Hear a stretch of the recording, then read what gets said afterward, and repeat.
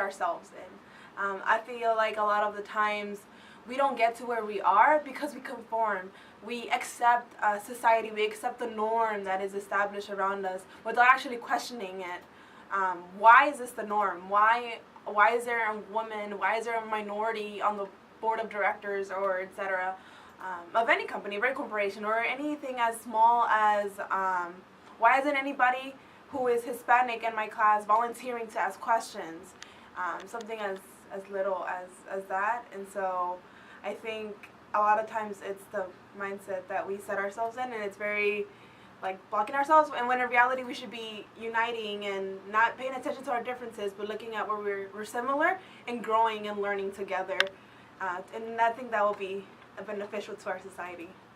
The women themselves, in the sense that for a very long time women thought that in order to become successful in both leadership positions wherever they worked, as well as in society, that they thought they had to emulate men, act like men, behave like their male colleagues.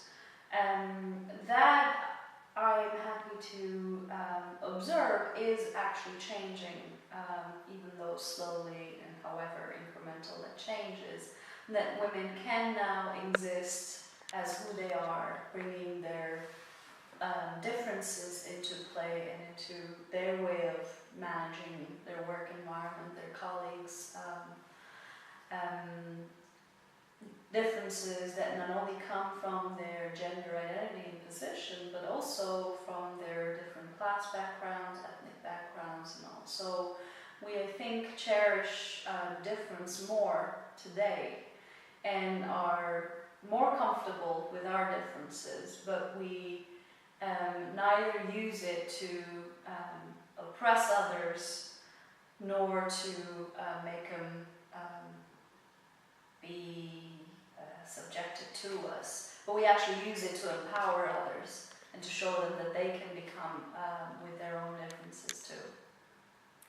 The biggest challenge, honestly, is buying into the lies that we've been told our entire lives in social media, in that you have to fit in with a certain box and you have to be this type of perfect person. And there's two types of women. There's either women that are focused on family or women that are focused on work and a career, and that you can have both. And that I think overcoming that and learning to balance that is one of the biggest things that the generation of my generation and the generations after me will be facing. And I think through that you just really have to try to gain the knowledge and like have self-assurance that you can overcome that and you can find a balance, and you don't have to fit into the cookie cutter in a box that you everybody says you have to fit into.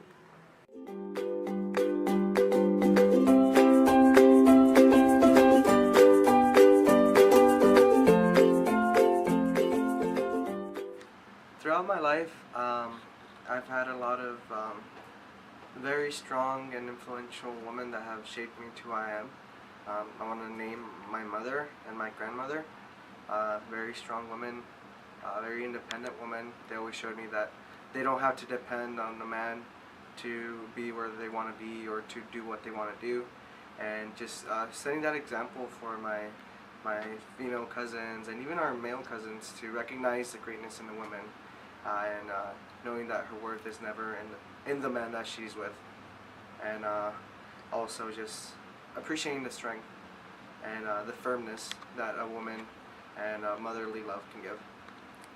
Growing up in a very Hispanic, male-dominated, you hear it all the time, like, oh, Mexican women, sexism, and everything. And in a sense, it sounds like a myth. But then after, like, growing up and, like, reading about it in books and whatnot, but then actually being able to, like, live it, like, I want to play soccer. No, Mika, you shouldn't play soccer. Go sit with your mom or go play with the other girls. And I was like, no. And so just me being, going against the order, going against, in a respectful way, of course, against my parents, against my cousins, my uncles, like all the men in my family. And then after years of like no, I'm gonna do this, or no, like you shouldn't go to outside of college, or what? Do you really want to go to college? No, I will go to college. And so after going like years and years of that, now they know like they know what I'm capable of. They know that Nancy Carlos will not stand for just taking X, Y, and Z for an answer. If she doesn't agree with it, she will go find or pursue what she is looking to pursue, because there's a reason behind that. There's motivation behind that. And I think that sometimes as women, we kind of we think that like we have to conform, and no, if you want to be an engineer, be an engineer. If you want to be an architecture major, construction science major, whatever is like life throws at you, I think it's more than motivating to pursue it because you want to, not because society or somebody else tells you not to. One is having daughters. Having daughters has really been a big deal, you know, where you're looking at your daughter and thinking, man, one day somebody's going to look at her and say you're a woman. I think that's a big one. Now it's a personal stake. Okay, the other one is me watching some of my students. I'll give you an example. A young lady walked into my office about 2 years ago, and she said she was doing a project. She wasn't even a business school student. She was in engineering, I believe. And she said, I'm doing a project. And the young man said, don't worry, we'll do the thinking part and we'll just have you type it out. This was undergrad students working on a project at A&M 2 years ago. She was crying in this office. I remember it very clearly.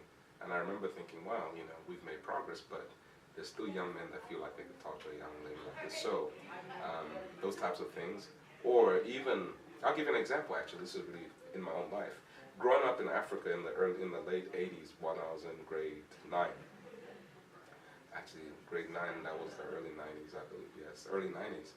I had a cousin that lived with us, and she and I were the same grade. I remember even in my generation, my cousin being told by the elders in our community that she needed to go clean dishes and wash clothes because she needed to make a good wife, while I was encouraged to go study. And at the time, you know, you're growing up and you sense these inequities, but you don't think much of it. So looking back to my cousin Priscilla and thinking, wow, that was the world she lived in, and that's where she had to operate. In fact, in my country, the qualification scores for going to elite schools was lower for women than it was for men. So there was all this messaging behind telling women you're not, that's good enough, and blah, blah, blah. But I'll never forget when this young lady by the name of Wale Kafumbi, she actually now has a PhD and lives in the UK, when she beat the whole country in our exams, the whole country. She even took technical drawing, which was believed to be a male subject, and beat us in that too. I think at that point I start to evolve and think, wait a minute, there's something more to this than I recognized. So. That oftentimes we forget that women, or the issues that women face today, or issues that female leaders face today, is not just an issue for women, but a social issue. Growing up in the environment I did, I was an only child, but all of my cousins were boys, and so I think just learning that like you're all the same and you're going to be treated equal, and you have to make those opportunities for yourself, and with that, like, there will be hurdles that you have to jump, but you're capable of it. And just like my mother always telling me, like, you're capable of doing spectacular things. And also, like, I came from a family of strong women, and so because of that, like, I knew I was firm in what I believed, I was firm in my values, and I was firm in knowing what I wanted to do, and firm in the goals that I wanted to achieve. I think my personal experience dates back as far as college and has transcended into the workplace as well, as always having been identified for an administrative role, for example. Always highly tactical opportunities, always available, and not so much the strategic opportunities available.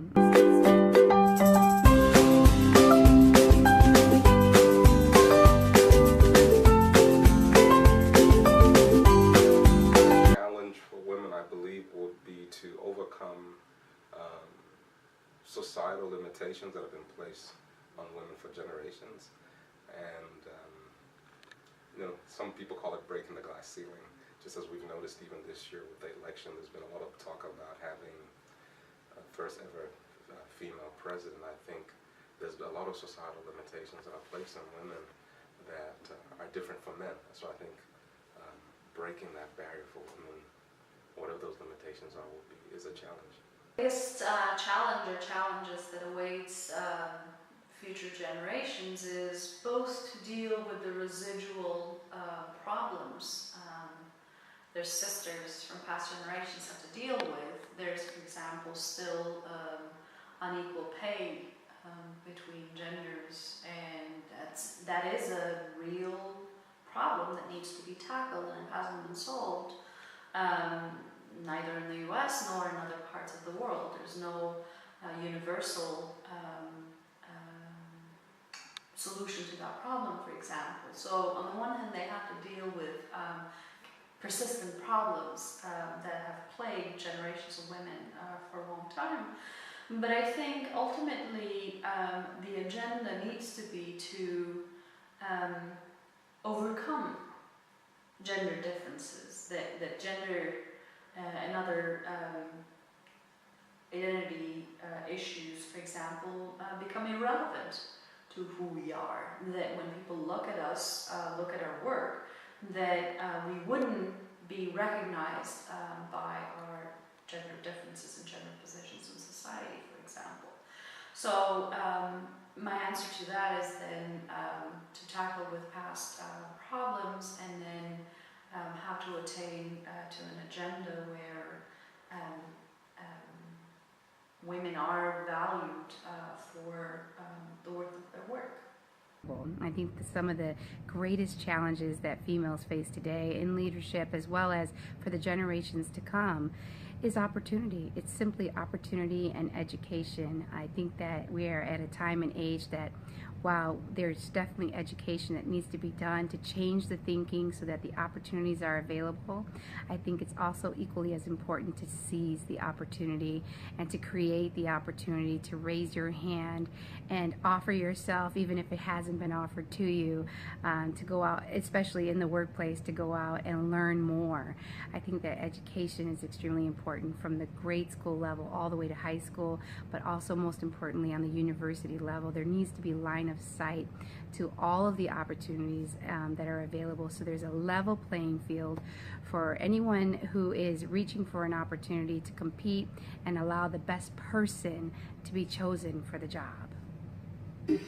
Females tend to put themselves down. I feel like we tend to compare ourselves, and while I'm not saying that men don't, I think that's one of our biggest things today is comparing ourselves to other people and comparing ourselves to what other genders are doing and limiting ourselves and making barriers. And so I think that is the biggest barrier for ourselves, and I think that is the hardest thing for us to overcome. Like, it's, people always say like, oh, men don't like allow women to succeed, and they don't have the faith that they can do it.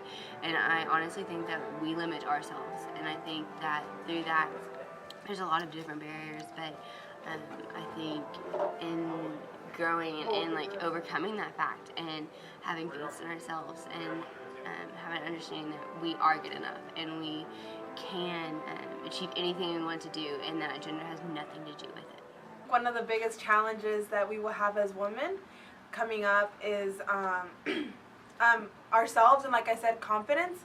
I feel like a lot of times confidence and not being able to trust ourselves and not to trust each other is a huge reason why we aren't, why we pay attention to our differences, why we try to focus so much on, I mean, yes, unequal pay, like differences, like that's a huge thing, yes, but it shouldn't be the main focus of what we're trying to get against, or we shouldn't pay attention to how women and men are different, but more how what unites us. And if we don't pay attention to what is actually uniting us, then we will never pay attention and learn and grow and actually move on from something as small as an issue that's part of a bigger problem. And so if we don't fix that, we're not going to get anywhere. But if women are able to get that confidence and unite with each other, with men, because the society is made up of men and women, not just women or not just men. And so if we are able to focus on that, then we will be able to move on.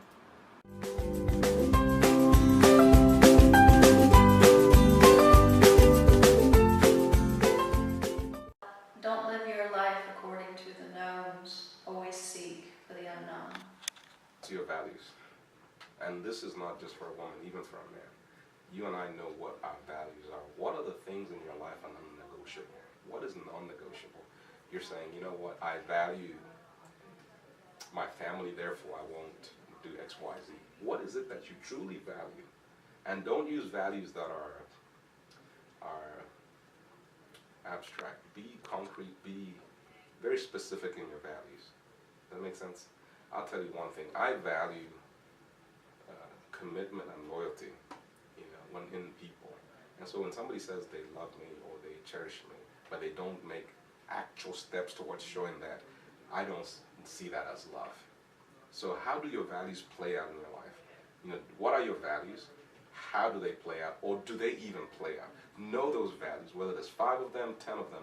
Go into the workplace knowing that these are values, these are my non-negotiables. Whatever happens, I'm not negotiating these, because there'll be moments in that career where you will be asked questions about that maybe, or you'll be asked to do things that don't line up with what you believe or what you are in agreement with. And you're going to have to say, you know what, while I'm excited to be here, but I have to let y'all know that this is not part of my value system.